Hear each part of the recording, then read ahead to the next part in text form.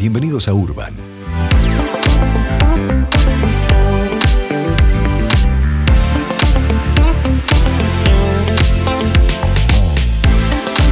Un programa de arquitectura, diseño y paisajismo.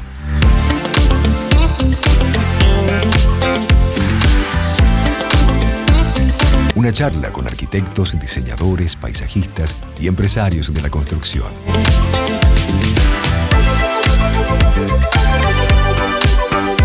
¿Me acompañan?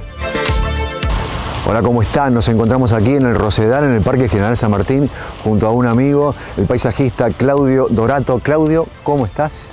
Muy bien, muy bien. Te teníamos que traer al programa porque, bueno, estamos muy cerca de la primavera y creo que sos una persona experta, idónea en el tema, para que nos comentes un poco a todo lo que tiene que ver con el mundo de las plantas, de las flores y qué se viene ahora y qué se puede hacer a partir del comienzo de la primavera. Bien. Lo primero va a ser disfrutar del jardín. Disfrutar. Y disfrutemos de este lugar también. Mirá, es una época en donde ya las flores ya están abiertas en muchas plantas. Sí. Como hemos tenido un invierno bastante suave, como que la floración se ha adelantado un poco, podemos ver prunus que ya están en plena floración y es un festival para las abejas, uno ya puede ver la actividad, entonces realmente es agradable salir al jardín, ya ver los primeros brotes de las plantas. ¿Cuáles son las plantas que ya empiezan nuevos. a salir las más propensas? Mira, en cuanto a la floración, por ejemplo, los prunus de jardín Sí. son plantas que ya están floreciendo, que son variedades de plantas que dan fruto, dan una ciruela que se puede consumir, pero que no es una planta típica como un frutal, o sea, Claro, no la vamos claro. a cultivar por la ciruela.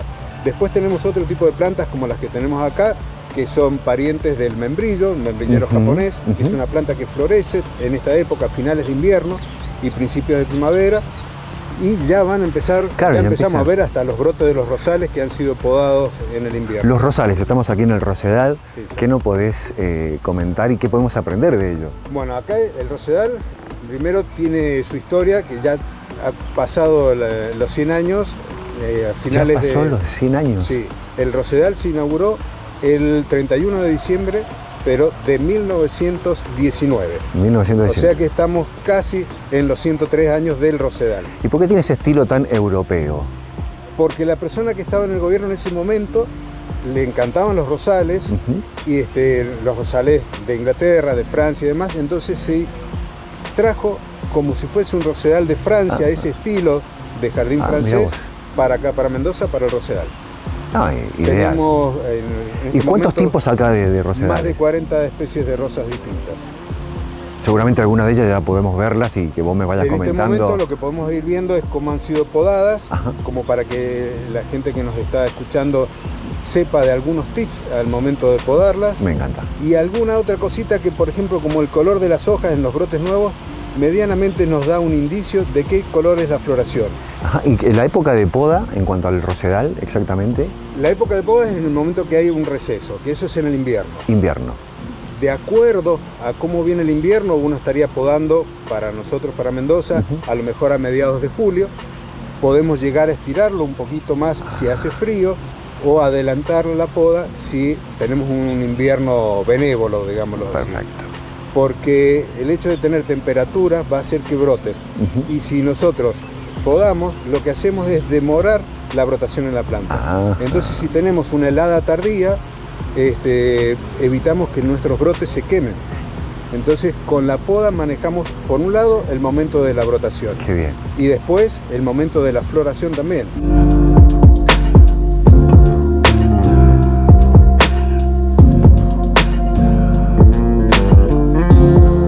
El tema de la poda, ¿qué más nos podés decir? Bueno, primero tendríamos que identificar qué tipo Sí. de rosal tenemos. Porque no todos los rosales son iguales. Hay rosales, como los que tenemos acá, que Sí. cargan varas con 1, 2 o 3 flores por vara. En algunos casos son una sola vara, una sola flor, Una sola un flor. pimpollo, Ah. que esas son las de rosas de corte. Después tenemos otro tipo de rosales que dan muchísimas flores todo el tiempo, y esos se llaman rosales floribundos. Tienen muchas flores, duran poquito, pero está todo el tiempo florecida. ¿Y siempre es el color rojo que se le ve No. o hay una variedad de colores Hay también? una variedad impresionante. De hecho, acá en el Rosedal, como te comentaba, tenemos más de 40 tipos de rosas. Esta se la suele conocer como híbridos de té. Y lo que tenemos que ver cuando se van a podar, que en este caso es el ejemplo que tenemos, es que al momento de hacer los cortes, nosotros vamos a dejar lo que son las yemas apuntando hacia afuera. Lo que queremos es que las brotes se abran y no que se estén entrecruzando. Eso nos va a permitir que la planta esté mucho más sana a lo largo de la temporada. ¿Y esa es una técnica que la conocen todos los podadores o algunos no? Y está bueno enseñárselos. Mira, esto es algo que tendría que manejar todo jardinero experto. ¿Sí? Los principios de poda son muy simples, hay que estar atento. En algunos casos son rosales que se los conoce como de pie franco, es decir, toda la planta, la parte aérea y la raíz es la misma. En otros casos tenemos plantas que están injertadas. Muchos de los rosales aquí están injertados sobre una especie de rosa mosqueta. ¿Y qué vamos a ver nosotros? Cuando nos salen unos brotes verdes con hojas muy pequeñitas divididas, eso es del pie de injerto. Y eso lo tenemos que cortar. Independientemente para dónde apunte, se corta. Porque si no va a ir perdiendo fuerza la rosa que a nosotros nos interesa. Claudio, excelente la explicación que nos diste en cuanto a lo que son las rosas y cómo manejar el sistema de poda.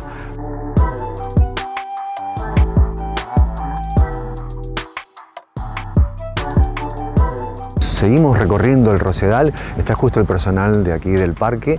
¿Y qué están haciendo en ese cantero específicamente? En este cantero estaba muy elevado el nivel del suelo, entonces se utilizó una máquina que se encuentra ahí, que es un motocultivador, para poder romper o roturar esa superficie que estaba con chipica principalmente, o bermuda, que es un tipo de césped, y que hace un entramado doble. Por arriba tenemos que se va cubriendo y va colonizando. Sí, lo hemos visto, sí. Por el hecho de que tiene estolones, que son unos tallos modificados, pero a su vez lo hace de forma subterránea con rizomas.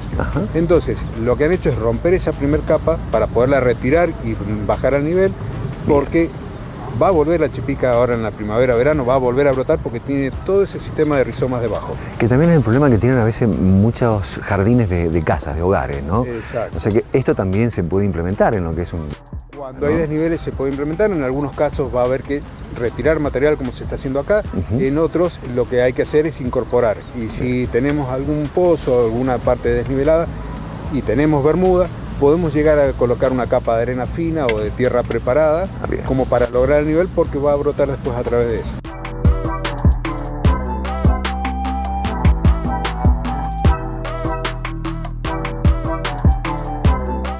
Ya volvemos en el próximo bloque más Urban.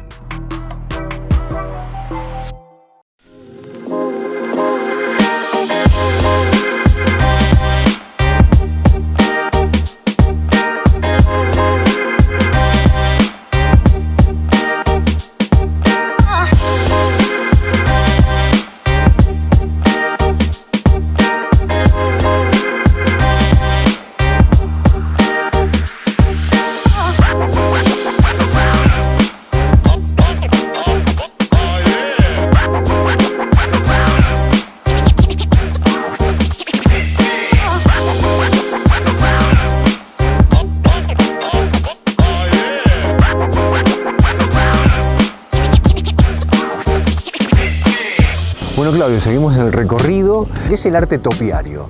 Mira, el arte topiario es poder podar plantas dándole formas. En algunos casos son formas muy simples como esferas, conos, pirámides, y en otras formas que representan animales.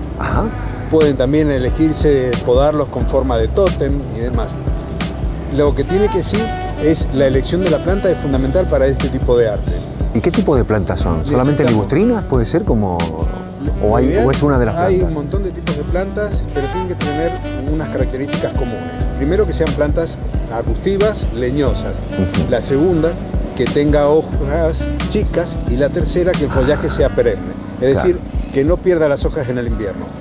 Teniendo esas tres condiciones, ya se puede empezar a trabajar con la poda para tener formas como las que tenemos acá en el Rosedal. Y cuando las estructuras son más elaboradas, por ahí se trabaja con un esqueleto metálico y se empieza a podar sobre eso. Entonces, sobre todo cuando las ramas se alejan mucho del centro de gravedad de la planta, que es decir, al punto donde se vincula el suelo con la raíz.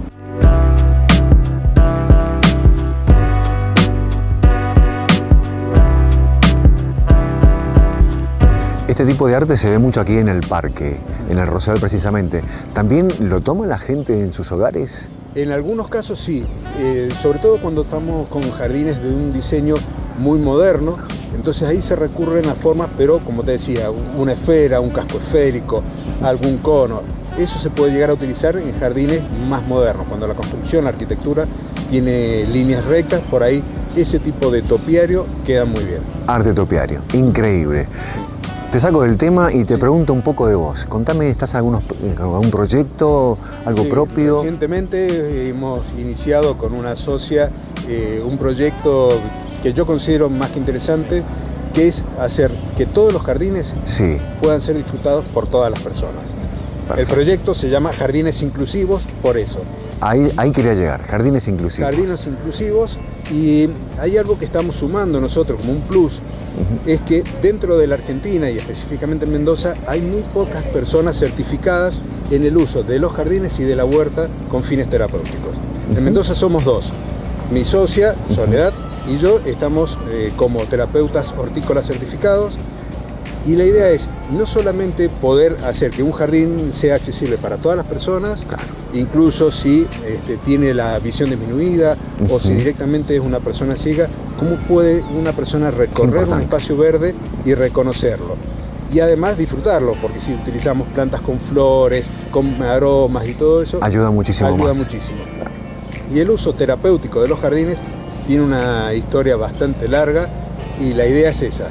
Es que una persona que está a lo mejor con un estrés por el trabajo o por algún otro tipo de dolencia tenga la posibilidad de reconectarse con la naturaleza y de reconectarse consigo mismo. Es una terapia natural. Totalmente. ¿Se puede hacer también en espacios chicos, en jardines chicos? Se puede hacer en espacios chicos, en un jardín. De hecho, yo descubrí esto hace muchísimos años cuando me dedicaba principalmente a la docencia. Cuando llegaba de esos días que uno se quiere comer crudo a alguien porque ha tenido un mal día, que lo mismo pasa en cualquier trabajo de oficina. Al jardín. Al jardín. Y era mi cable a tierra. Y eso fue como que sentando las bases para investigar y para poder desarrollar y luego formarme y capacitarme en esto. Y qué importante que sean ustedes los pioneros en este sistema de inclusión. Así que, bueno, felicitaciones. Muchas gracias. Vamos a seguir hablando de estos temas en otros programas. ¿Te parece? Me parece muy bien.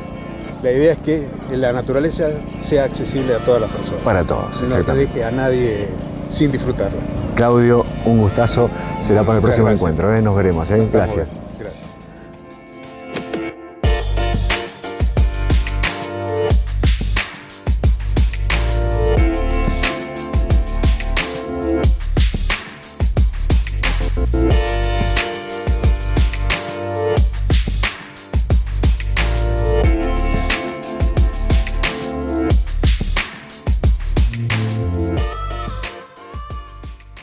En Urban, tips administrativos para arquitectos, con Tito Anzorena.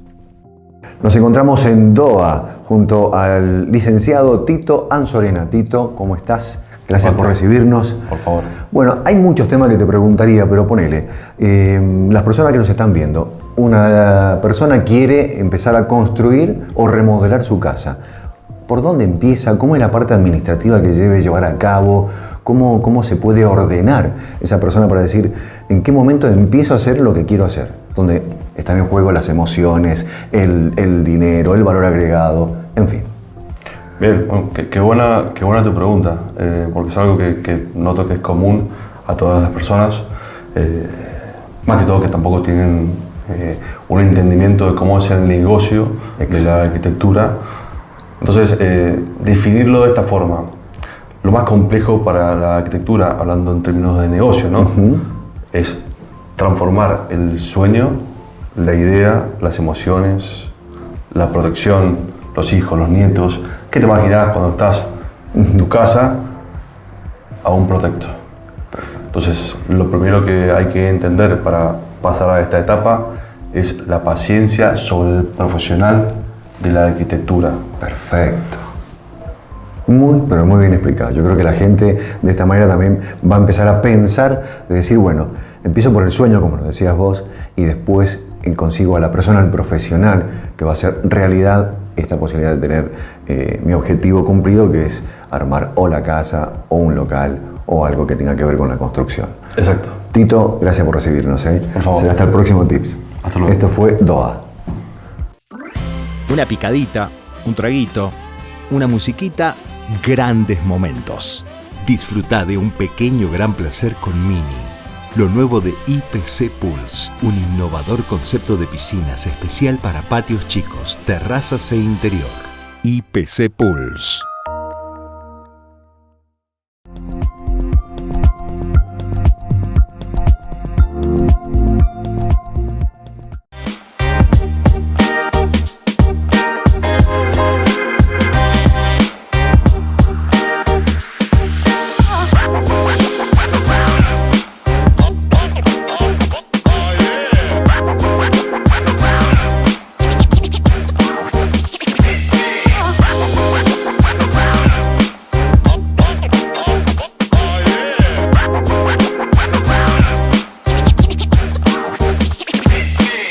Encontramos nuevamente con el arquitecto Osvaldo Peralta.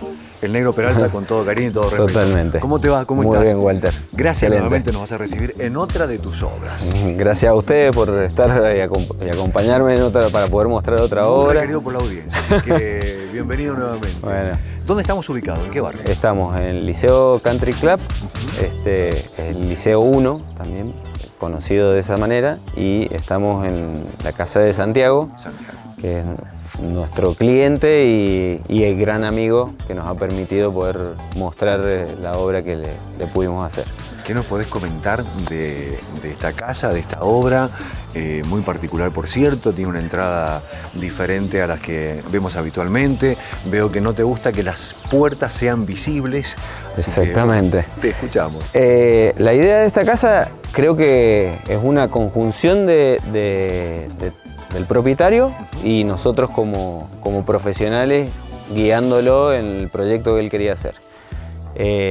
Como siempre armamos un programa junto con él, pero esta casa tiene una gran característica que era el uso de materiales que nos proponía el propietario. Ah, eso es interesante. Entonces, sí, fue muy interesante. Por ejemplo, la chapa, que es un silo, que fue lo Sí. primero que nos dijo en la primera charla que tuvimos, nos dijo: tengo un silo desarmado y lo quiero usar. Entonces, Ya lo de ahí tenía empezó, visualizado. exactamente. Después tiene lugares que tiene ladrillo, que son ladrillos comunes mezclados con ladrillos refractarios, que no son los refractarios que conocemos siempre, que vemos en la parrilla del asado. No son esos. digamos. Son para hornos, pero no son para eso. Entonces tiene diferentes colores, diferentes texturas. Y otra cosa muy importante era que la idea era no pintar la casa con la pintura látex Como que hacen todas las estamos casas. exactamente, sino darle color al cemento de terminación que Por sea. eso hablaba de una casa particular. Exactamente. Y un diseño propio. Exactamente. Propietario. digamos. Y yo creo que lo más interesante también es que el propietario nos propuso lo que quería hacer, lo que tenía y lo que quería utilizar, Pero y te dejó a vos. exactamente, nos dejó ordenar a nosotros y nos dio bolilla en decir esto va acá, esto va acá, esto va acá. Que a veces es difícil.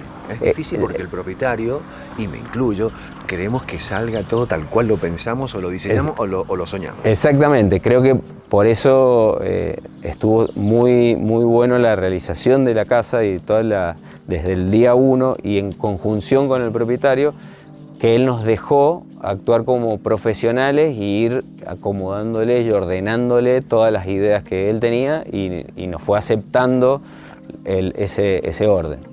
También tiene una cosa muy importante que lo intentamos hacer en todas las casas, ¿Cuál? es la orientación. Orientación Pues, importante. A ver. Toda la casa mira hacia el norte. ¿Y qué otros tipos de materiales usaste para esta construcción? Bueno, como habíamos nombrado recién, el ladrillo, la chapa, el cemento, usamos techo? carbón, Ah, usamos carbón para teñir el cemento Carbón. de los pisos. Sí, porque el propietario se dedica a la minería de carbón, entonces había que usarlo. Con el sello de... Exactamente. ¿Y el techo? Y el Una techo, particularidad. tiene la particularidad de que queríamos hacer una casa más industrial por todo esto de los materiales y a lo que se dedica el propietario y todo. Entonces mostramos el techo vivo básicamente de cómo se armaba, madera, estructura metálica y Visible, digamos. visible, y toda la instalación eléctrica va al exterior. Entonces esos fueron los toques que le Excelente. fuimos dando. Entonces, bueno, empezamos a recorrerle, ¿te parece? Perfecto. Dale, Osvaldo, vamos entonces. Vamos.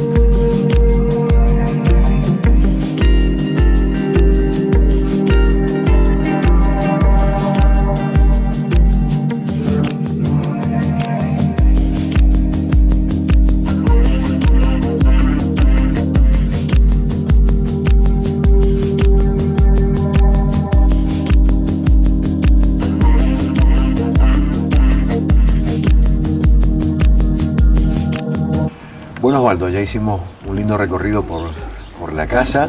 ¿Qué me podés decir acerca de lo que es tanto la ventilación, también la iluminación que tienen las habitaciones y demás?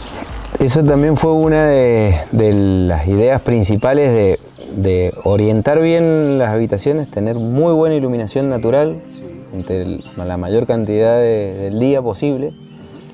Y también le hicimos una propuesta al propietario, que tenemos un terreno hacia el sur que comparten con la casa de su papá.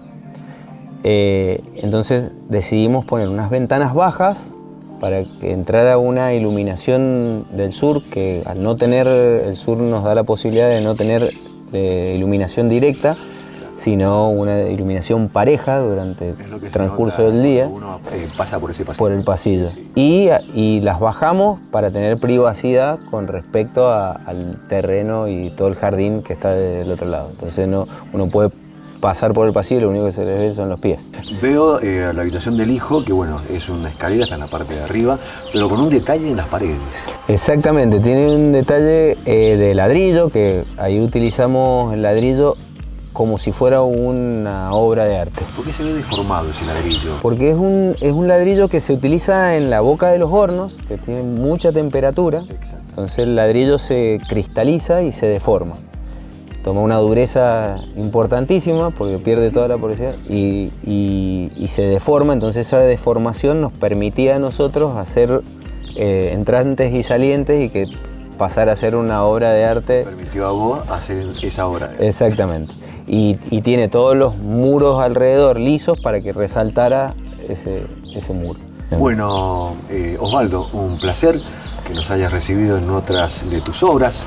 Dejamos la puerta abierta para que en el próximo programa que hagamos en conjunto también estén tus socios. Totalmente, que aparezcan y den la cara a Y ellos. que den la cara. Osvaldo, gracias nuevamente. Muchísimas Un gracias a saludo ustedes. también a Claudia y a la gente aquí, a los propietarios de... Perfecto. Muchísimas gracias a ustedes. Gracias por recibirnos. Muy bien. Esto fue Urban.